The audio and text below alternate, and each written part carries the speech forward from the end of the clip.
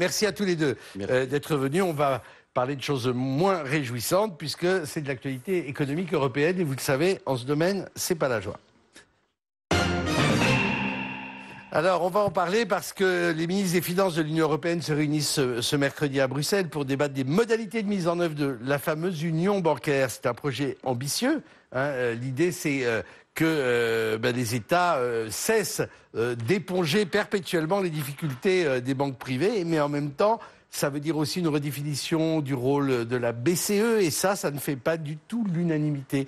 Éric Delannoy, est-ce que vous pouvez nous présenter en quelques mots les enjeux de ces réunions, puisque le sommet des chefs d'État et de gouvernement qui se réunira demain et après-demain le prendra en charge? Les enjeux de cette réunion dépassent d'ailleurs largement le cadre simple de l'union bancaire. On est d'abord sur un enjeu de gouvernance européenne.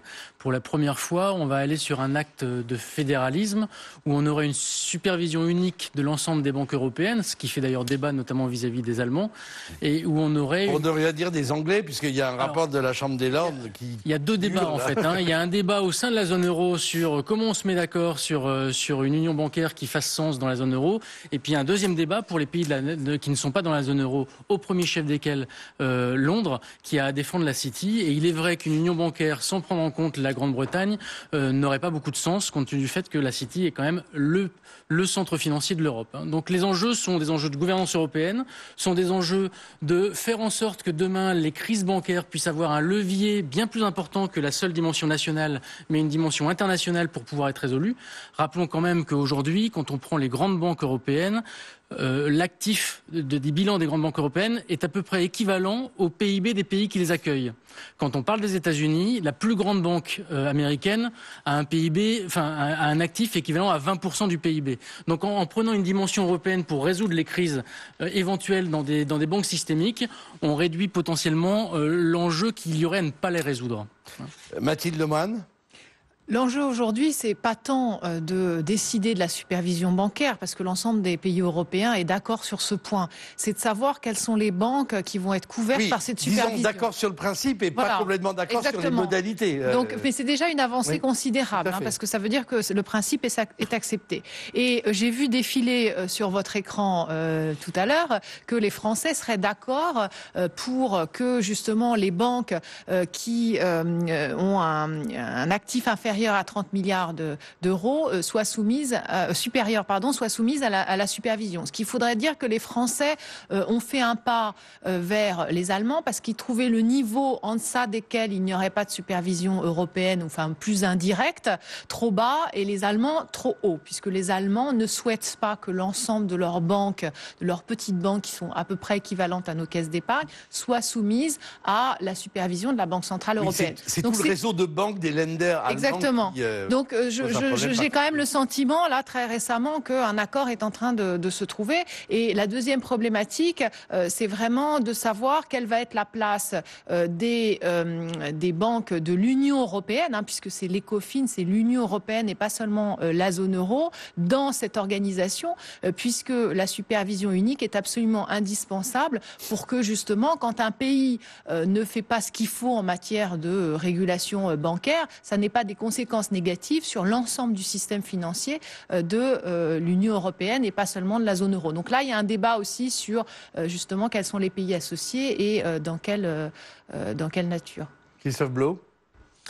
Oui, c'est effectivement cette question de l'union bancaire un enjeu essentiel pour la stabilité financière européenne, avec des questions qui sont vraiment fondamentales, telles que les mécanismes de résolution de crise qui sont un moyen d'essayer de déconnecter ce qu'on a vu ces derniers temps, c'est-à-dire le lien entre les crises bancaires et les crises budgétaires. C'est-à-dire que les États étant obligés d'intervenir pour sauver leurs banques, se trouvent eux-mêmes plongés dans une crise. Donc, en élargissant le périmètre de contrôle et du coup de résolution de ces crises, on essaye au moins de casser ce lien. Donc c'est quand même vraiment un enjeu important et qui est très fortement lié à la crise que l'on traverse depuis 2010, et notamment à la situation de l'Espagne et de l'Irlande, avec cette imbrication très forte entre crise bancaire et crise budgétaire. Puis du coup, de fait, il y a aussi effectivement des enjeux de gouvernance qui sont fondamentaux. C'est un premier pas vers une forme de mutualisation.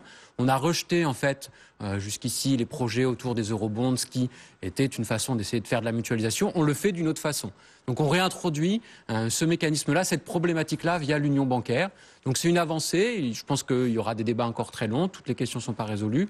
Et peut-être que c'est une façon de ultérieurement dériver sur des questions aussi fondamentales que la gouvernance budgétaire européenne. Mais Pascal de Lima, c'est ça le paradoxe. On a l'impression, imaginons ce qui est le plus probable, il y ait une forme d'accord, que l'accord soit trouvé. Peut-être pas aujourd'hui, ce soir, mais assez rapidement.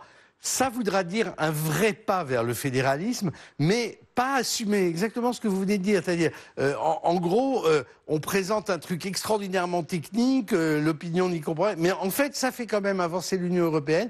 Pourquoi ne pas avoir le courage de poser les vrais enjeux de gouvernance sur la table, plus explicitement qu'ils ne le font?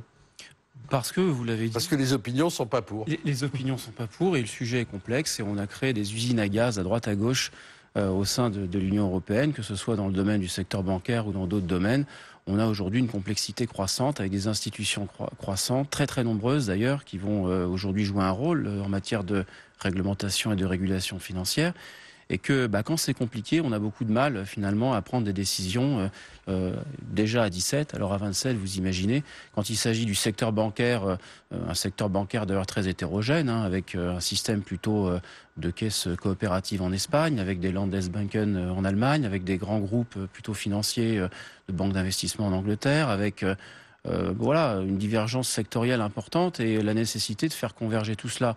Moi, je crois que ce qu'on essaye de faire quand même pour avancer un peu, c'est de partir d'un constat qui est d'abord l'existant. On va s'appuyer sur l'existant. Il y a quand même un certain nombre de choses qui sont faites aujourd'hui en matière de gestion du risque de crédit, heureusement. Il y a la CRD4, la CRD3, on ne peut pas les citer, qui sont des directives européennes de gestion de ces risques de crédit, si vous voulez. Donc on va s'appuyer là-dessus pour essayer de les renforcer. Donc c'est la partie règlement. Il y a ensuite une seconde partie sur la supervision. On va donner de nouveaux pouvoirs à la BCE, ce qui pose d'ailleurs des questions solides, notamment celle de savoir si la BCE va avoir une politique bancaire cohérente avec sa politique monétaire, par exemple. Ça, c'est la question de la supervision. Il y a aussi la question de la protection des épargnants, de la protection des déposants, de la mise en place de mécanismes, de dispositifs en fait de protection des déposants via des fonds de garantie mutualisés entre les différents pays. Et puis il y a enfin, et ça par contre c'est quelque chose de tout à fait nouveau, qui est quand même important, c'est enfin la liquidation d'un certain nombre de banques qui seraient susceptibles de faire faillite. Parce qu'on ne peut pas continuer, évidemment, comme ça, tel un puissant fond, à recapitaliser avec des institutions banques bourrées de qui sont produits toxiques et tout, Exactement. qui ont toujours été, et qui sont encore comme ça, en survie artificielle.